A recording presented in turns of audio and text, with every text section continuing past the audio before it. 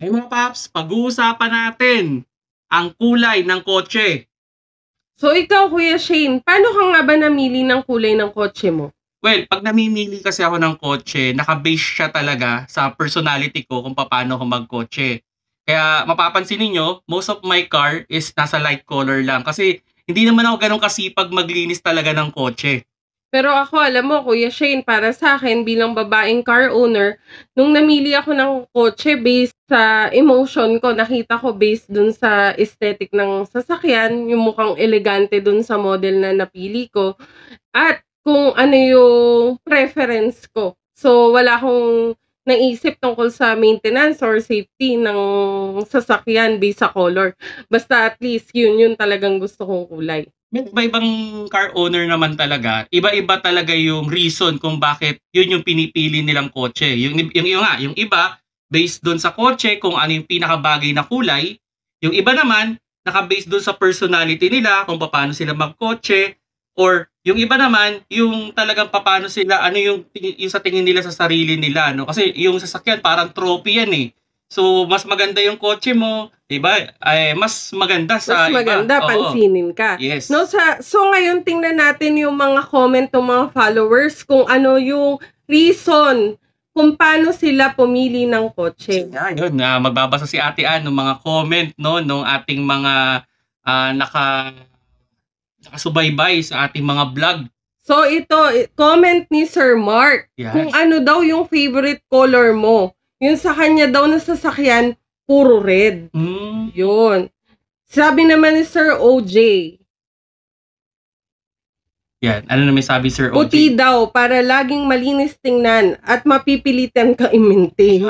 Tsaka sabi niya, dagdag daw safety yung puti sa visibility lalo na kapag hapon na or gabi. Okay. Sabi naman ni Sir Jonel, syempre yung madaling kulay para pag pinarepaint, hindi halata pag may gasgas. Medyo practical Okay, isa pa no, may mga comments pa dito. Puti din siya, sabi ni Sir Marcelus. Para daw mabilis mabenta. Bibili daw siya ng sasakyan, pero di mo pa nabibili, iniisip mo na mabenta agad. Pero kidding aside daw, neutral color kasi bagay kahit sa anong okasyon, tsaka lakad. So meron na raw siyang 4 na sasakyan, lahat daw kulay puti. Sabi naman ni Sir Raymond, love at first sight. So kung ano daw yung una niya nakita na napusuan niya, yun yung pinili niyang kulay. Sabi naman ni Miss Ann, based daw sa favorite color niya. Kasi pati daw yung interior ng sasakyan niya, based din sa favorite color niya. Ito pa, last one is si Sir Lawrence. Ang sabi niya talaga, gaya mo, no? Depende daw kung gaano ka kasipag maglinis. So ito yung mga comments ng mga follower ni Kuya Shane kung paano naman sila namili ng sasakyan. Yes. Oh, actually yung yung isa doon na yung doon sa first, yung sinabi niya na yung gusto niya pare-pareho yung kulay niya. Actually pag nakikita mo sa garahe yan, na pare-pareho yung kulay ng sasakyan mo, ang ganda tignan eh. Then yun nga, syempre naka-base din doon sa first look, no? Kasi may mga look, yung iba daw nalalove at first sight. May kotse kasi talaga na binapagaya ng kulay. Yan. Kumbaga, halimbawa, yung sample na lang dyan, yung Mazda 3, yung kulay red nun, bagay na bagay ang kulay sa kanya. Yes. Oo. So, then yun. And yung Mitsubishi Mirage dati, ang bagay sa kanya parang yung color blue. Oo, yun. May rin, no? Tas, kumbaga, iba-ibang kotse, may iba-iba talagang ganda. Kumbaga, based doon sa kulay niya. Merong medyo hindi masyadong nag-highlight yung ganda ng kotse kung ito yung kulay. Minsan naman, pag ito yung kulay niya, mas maganda talaga siya, nag-iiba yung looks niya. So, yun nga, different car owner, different preference, different talaga dun, na naka-base dun sa gusto nila at yung personality nila. So, yun, ngayon, pag-uusapan na natin, yung mga pagpili ng kulay. Ayan na. Yes. So, ngayon, pag-uusapan natin na kung paano ba sila matutulungan sa pagpili ng kulay. Hindi lang based dun sa preference nyo, pero yung pwedeng magkaroon ng effect sa daily life nyo, sa maintenance, and eventually sa safety nyo. Yan. So, first, Kuya Shane, pag-usapan natin yung tungkol sa maintenance and practicality. Yan. Actually, dyan ako medyo makaka-relate siguro. Ayun. So, sabi kasi, kapag daw dark colors, yes, no, elegant tingnan. Mhm. Super ganda, like black, deep blue or red. Aha. Pero, totoo ba na ang catch doon, ang hirap daw nila i-maintain? Tama ba? Yes. Oh, actually medyo may kahirapan talagang mag-maintain ng black or red dahil makikita ninyo diyan, 'pag pinunasan ninyo 'yan ng medyo maduming basahan, talagang magma-mark. Kita yung mga water spots. No? Oo, Oo. talagang sabihin na nating para yan talaga sa mga maalaga sa kotse. Maganda siyang tignan, kaso ang problema, talagang paghihirapan mo lang talaga yung paglilinis sa kanya para lagi siyang maganda. So kung medyo busy person ka, lagi kang on the go, madalas kang may errands and wala ka masyadong time. So maybe dark color like black, red is maybe not for you. Yes, medyo hindi siya ideal dun sa mga taong sa una lang masipag. Kasi minsan pag bago yung kotse, ang sarap linisan eh. Pero eventually, pag mga ilang buwan na yan sa'yo, medyo tamad-tamad ka na eh. So, yun yung medyo problema. Baka yung iba isipin, ang ganda ng black Pero, dapat tignan nyo muna yung personality nyo as car owner. Kung talagang okay din talaga sa inyo na mag-black or red or Kasi yun nga, pag yan ay nilinisan ninyo na hindi maganda yung pagkakalinis ninyo, hindi rin gumaganda yan. Isa pang consideration kapag namili ka ng mga dark colors ng sasakyan, considered mo yung parking mo kung may bubong ba. Kasi usually kapag mga dark colors, sample lang sa damit pag naka-dark ka, parang mas more on yung heat niya, no? Yung Nakaka-absorb ng heat. Oo. So, madaling mag-fade yung kulay. Kaya nga daw sa eroplano, halos walang black Kasi nga, nag-a-absorb ng heat daw yung mga dark color. Kasi habang tumatagal, Kuya Shane, parang mas nagmumukha siyang luma. Mm-hmm. Pag hindi mo na-maintain. Pag hindi na-maintain. Yan. Kasi kami guys, meron kaming dalawa, previous car namin, white and gray. Gray. Dark gray. So, ako talaga yung may gustong-gusto nung dark gray. Kasi nung pagkakita ko sa kanya, gaya ng isang follower, na love at first sight ako. Sabi ko, ang ganda. Ito yung gusto kong kotse. Pero habang tumatagal pala, na-realize ko na mas maganda pala yung puti namin na sasakyan kasi mas mukhang... Or yung gray ng kaibigan natin. Na same model. Parang mas silver yung gray, silver. mas light yung gray. Mm-hmm. Yung palang dark na gray, parang habang tumatagal, mas nakikita ko na parang konting months, years pa lang, medyo lumuluma siya. Kasi siguro may lack of maintenance na lang din. Oo. Yeah. So, from there, na-realize namin na dark colors are not for us. Yes. Kasi hindi kami magaling mag-maintain. So yun, ano ba yung susunod natin dyan? On the other hand, Kuya Shane, ano naman kapag light colors, ano naman yung masasabi mo sa maintenance and practicality nun kapag light colors like white, yung mga beige or mga silver? Okay. Like for example sa akin, most of our car ngayon is nandun na sa silver color. Ang isa sa mga reason dyan is hindi masyadong visible yung mga gas-gas. At yung alikabok, hindi rin ganun ka-visible. Yan yung, kumbaga, in terms of practicality na hindi ko kailangan magpa-car wash halos linggo-linggo. Nagpapa-car wash pa linggo-linggo, pero parang hindi masyadong required kasi hindi ganun ka-visible. Tapos yung mga gas-gas na mga maliliit, hindi masyadong kita. Plus, mas madali bang ipa-repaint kapag ganito yung mga light colors lang? Oo, mas madali siyang ipa-repaint and mas madali siyang pakinisin compared to with other color.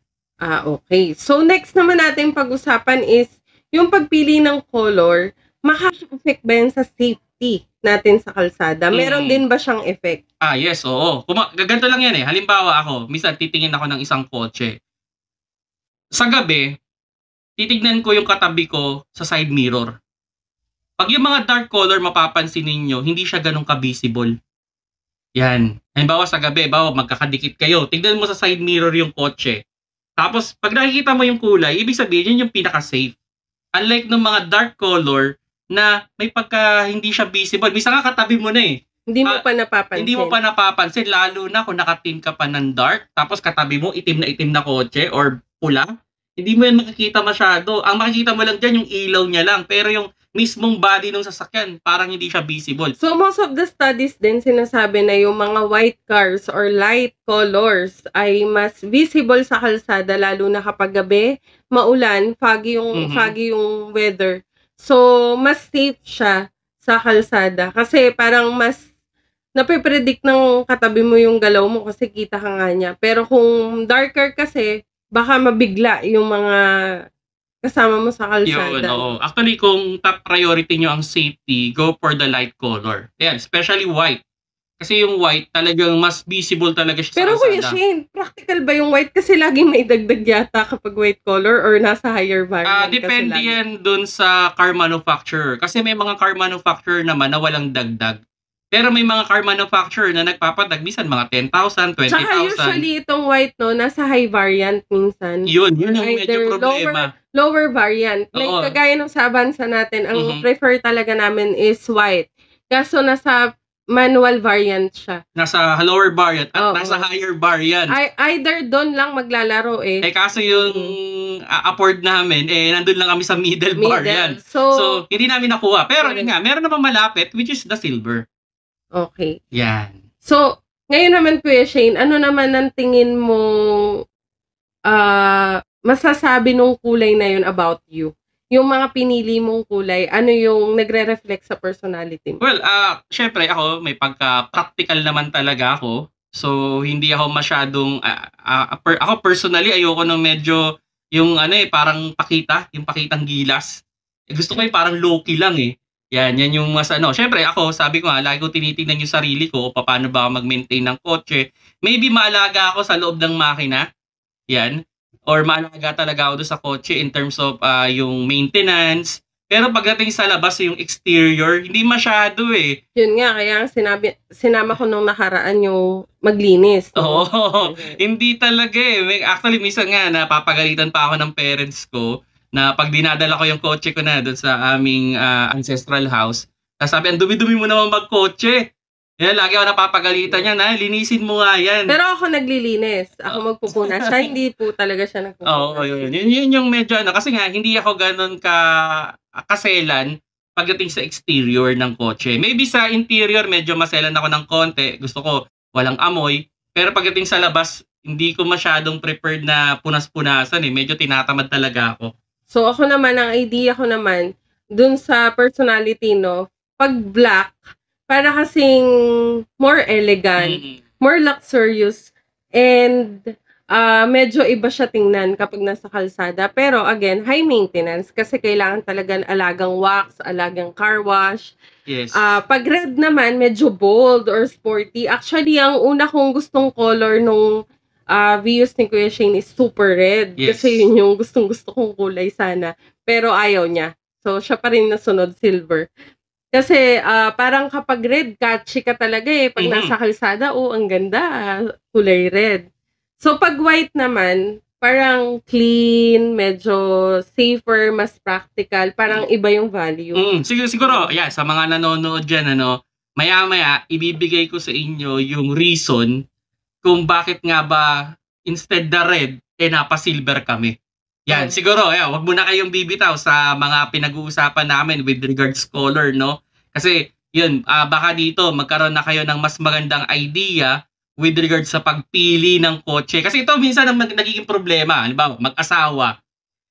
Magkaiba tayo ng preference. Oo, pero syempre, at the end of the day, magkakasundo pa rin kayo sa isang kulay and minsan nga nagtatalo pa, dyan pa nagkakaroon ng mga away-away ng konti. Correct. Pero eventually, kung ma-explain naman to ng mabuti, yun, mako-consider nyo rin naman kung ano talaga yung kulay na bagay sa inyo. Kaya sa mga nanonood dyan, yan, yung mga nagtatalo pa, ano kayang kulay ang bibilin ko?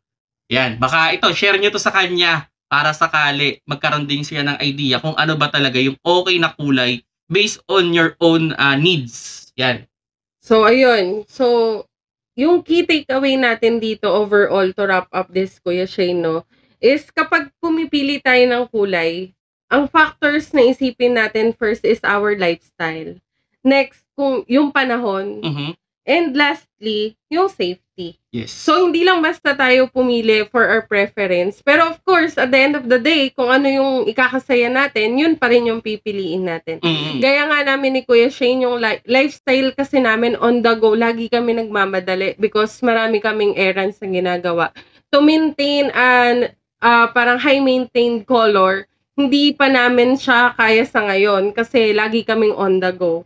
Then, at the same time, yung parking namin, hindi siya covered parking. So, isa pa yun sa consideration namin.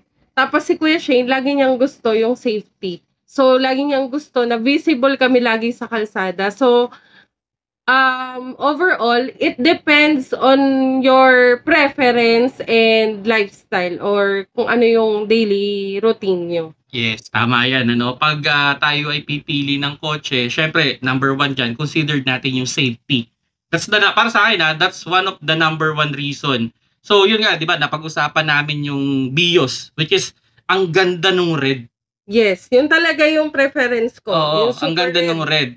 Pero, yung silver, okay lang naman yung ganda. Medyo practical. Actually, even sa Avanza, dalawa yan eh.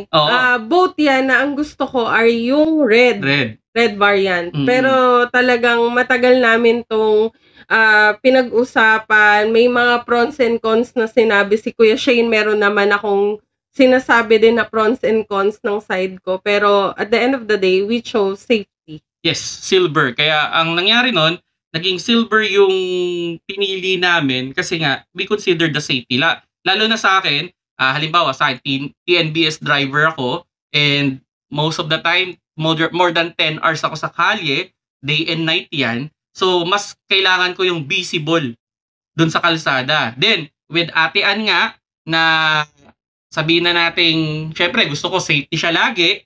So, sabi ko, wag ka muna mag-red kasi hindi siya ganun ka-visible sa kalsada. Unlike nung silver, na medyo visible siya. So, mas kitang-kita ka. So, in terms of safety, mas mataas yung safety mo. Then, yun nga, sa maintenance din. Yan, sabi ko nga, yung personality ko na hindi naman ako yung tipong punas ng kotse.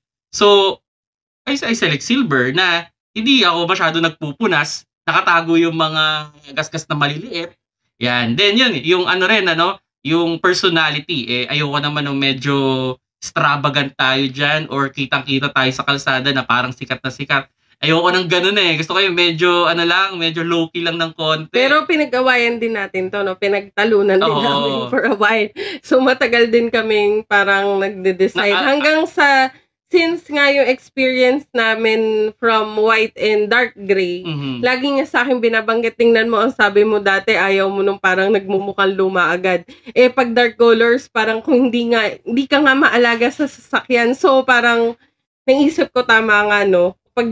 Dahil di naman ako ganun kaalaga sa sasakyan, so we go for lighter colors. Yes. So, yun yung so sa mga nanonood dyan na nag-iisip pa rin kung ano yung mas okay na kulay sa kanila, check nyo talaga. Syempre, number one, saan ba kayo mai-in love? Yun naman din yun eh. And yun pa rin naman yung number one, kung ano yung magpapasaya sa inyong kulay. We're just here to give you another perspective kung ano pa yung pwede nyo i-consider when choosing the color. Oo, ang hirap naman kasi nung may kotse ka nga, pero yung tinatawag nilang tiis ganda. Ang ganda nga nung kotse mo, pero tiis na tiis ka sa paglilinis. Pero Kuya Shane, kung futuristic na tayo, tanungin kita, kung bibili ka na ng dream car mo, Kuya Shane, anong kulay pa rin ang pipiliin mo? Kung hindi ka na nagda-drive na as a TNVS, you just use it for your personal errands and all, as in yung dream car mo, ano pa rin yung choice mong kulay? Para sa akin, mas choice ko pa rin is yung kulay puti. Yun pa rin ang ultimate. White color pa rin. Dahil nga, sabihin na natin, yung dark color, elegante, di ba? Pero yung white color, consider this as elegant din yan. Yes. It depends on how you maintain kasi both yan na need ng maintenance. Kasi ang white color din kapag hindi covered yung parking, we experience dun sa una namin white car, naninilaw siya. So, kailangan mo siyang ipaprotect ceramic coating and all. So, it depends talaga sa pag-maintain mo. Pero Kuya Shane, dahil mas pro ka sa safety, talagang lagi kang on the white. Yes, I'm on the light side lagi. Kasi safety is number one talaga. Yung gusto ko yung kitang-kita ko sa kalsada na kung ano yung move ko, nakikita rin nung iba. Which is, ang ending, less din yung gasgas ng kotse ko. Kasi pag halimbawa, dark color ka, tapos pwedeng sabihin sa'yo ng ibang driver na tinama, hindi ka kasi sir nakita eh. Sino may kasalanan, di ba? So, ang ending, nagiging pangit din yung kotse mo kasi puro bangga yan, puro gasgas. So, hindi rin maganda kung medyo, para sa akin yun yung dark color is not for me. Okay. So, for you, dark color is not for you. Hindi siya para sa akin siguro. Sa personality for me, medyo mas attractive ako sa darker colors. Ang problema, yun nga, parang ang mas nananalo dito sa amin is laging yung safety. Lagi niya kasi sinasabi sa akin na nasa kalsada ka, nag-iisa ka, babae ka pa. So, dapat mas safe yung dala mong sasakyan. Hindi yung mas prone pa sa accident. So, ganun lagi. Pero ako, guys, personally, laging winner sa akin yung medyo darker color kasi yun yung preference ko pa. Kasi parang mas elegante siya tingnan. Oo. Yun nga, yung iba nga, ang siniselect pa sa asawa nila is, meron pa nga yung dati, yung sa sister ko, ang pinagpilian, binigay kong option sa kanya is yung dilaw or yung yellow white. or white. Oo, kasi sabi ko, yan, mas maliit na nga yung kotse mo, magda-dark color ka pa, edi lalo nang di nakita yan. So, yun yung medyo problema, no? So, ito, sa may mga maliliit dyan na kotse or yung ina-eye nila is hindi naman ganun kalaki yung kotse. I suggest go for the lighter color. Kasi nga, maliit na nga yung kotse mo, ida-dark mo pa siya, ang tendency nun, mas maliit tignan yung kotse mo, plus, mas less visible ka pa sa kalsada. Kasi para sa akin, okay ka lang mag-dark color kung malaki yung sasakyan mo. Kasi malaki na yung profile mo eh. So, hindi siya manliliit. Kasi, yung kulay kasi, meron din siyang... Gaya ng mga LC, no? Ang ganda talaga kapag black. Oo. Kasi napaka-elegant. Kasi malaki siya eh. Oo, kasi sa kalsada. Malaki na siya. So kahit i-dark mo siya, hindi siya nagmumukhang maliit. Pero ito, yung bata ako, nung nanonood ako ng TV dati, sabi niya, ano ba yung safe na sasakyan? Sabi niya, ano yung hindi safe na color? At isa sa mga nakuha ko doon, siguro hanggang ngayon, nasa akin pa rin, sabi niya, kung gusto mo ng safe na sasakyan, huwag kang kukuha ng black or red. Yan, parang hindi ko alam kung ano yung punsoy doon, Pero siguro nga. And siguro yun nga, kaya hindi siguro nila sinasuggest yung black and red dahil hindi siya ganun ka-visible sa kalsada. Yun yung Then ito isang ko diyan. Halimbawa na lang, kinat ka ng isang red na kotse. May mga pagkakataon na parang mas nagagalit ka. So, parang may factor yung color. Yes, may factor yung color talaga minsan. Sabagay, sabi niya nga nila kapag daw ang room mo o kaya area mo, pink, parang nakaka-happy. So, baka may mga ganun. Yes, tama yun. Oo, yun, tama yun. Kaya, minsan, yun yung tinatawag na natin ng mga safety na parang sa titignan natin, parang oo nga, Kasi ako parang ganun parang meron din ako napansin na ganyan na red yung color. Pag kinat ka, parang nag-iiba yung yung reaction mo. Oo, yung reaction parang kumbaga parang nagliliab ka rin eh. So yun yung medyo problema, Kaya pag bibili kayo ng kotse o mamimili na kayo ng kulay ng kotse kasi kung second hand yung bibili ninyo, wala na kung ano yung nakita niyo diyan eh. Pero kung brand new yan, ikaw yung mag-select. May mga selection of colors. So ang ending nito, pag gano'n na nangyari, piliin ninyo yung magpapa-safe sa inyo lagi. Ano pa ba kung kumuha kayo ng kotse tapos hindi pala kayo magiging safety, anong sense nun? Pero again, bukod sa safety, i-consider nyo yung happiness nyo rin. Kasi iba-iba naman talaga yung preference. This is only our preference, Pero yung iba kasi, dahil nga bumili sila, syempre gusto nila ma-satisfy yung nila, yung ma-happy sila. So, depende pa rin talaga sa inyo kung ano yung yung pipiliin nyo. So, this is just a guide. Yung mga nasabi po namin ay personal naming mga opinion lang yan. At kung nagustuhan naman ninyo, pakipress naman dyan yung like or heart. Then, kung sakaling may kakilala kayo na nandun na sa point na nakabili na ng kotse o nakapili na ng modelo, pero nag-iisip pa rin kung anong kulay, yun, baka pwede nyo itong i-share at baka dito, makakuha na sila ng idea kung ano ba yung bibilhin nilang kotse. So, yun mga paps, Salamat pala doon sa mga nanonood, sa mga nag-share ng aming video. Sana mag-comment din kayo dito kung nagustuhan ninyo at kung may mga suggestion kayong topic, i-comment down below nyo lang para at least sa susunod, magawan pa namin yan ng video na may perspective ng as a lady driver and as a car owner din na lalaki. At least may dalawang perspective tayo na At sa rin. mga lady driver dyan na nahihiyang magtanong on this page kasi 'di ba laging may connotation na babae kasing driver yun eh. We welcome you to share your experience, ask kung ano yung gusto nyong malaman, and then we will give you an idea based kay Kuya Shane din kung ano yung mga tanong nyo. Yes, oo. Okay. Actually, yun, pag mga nagpo-post ako ng mga pwede nyong komentan ninyo.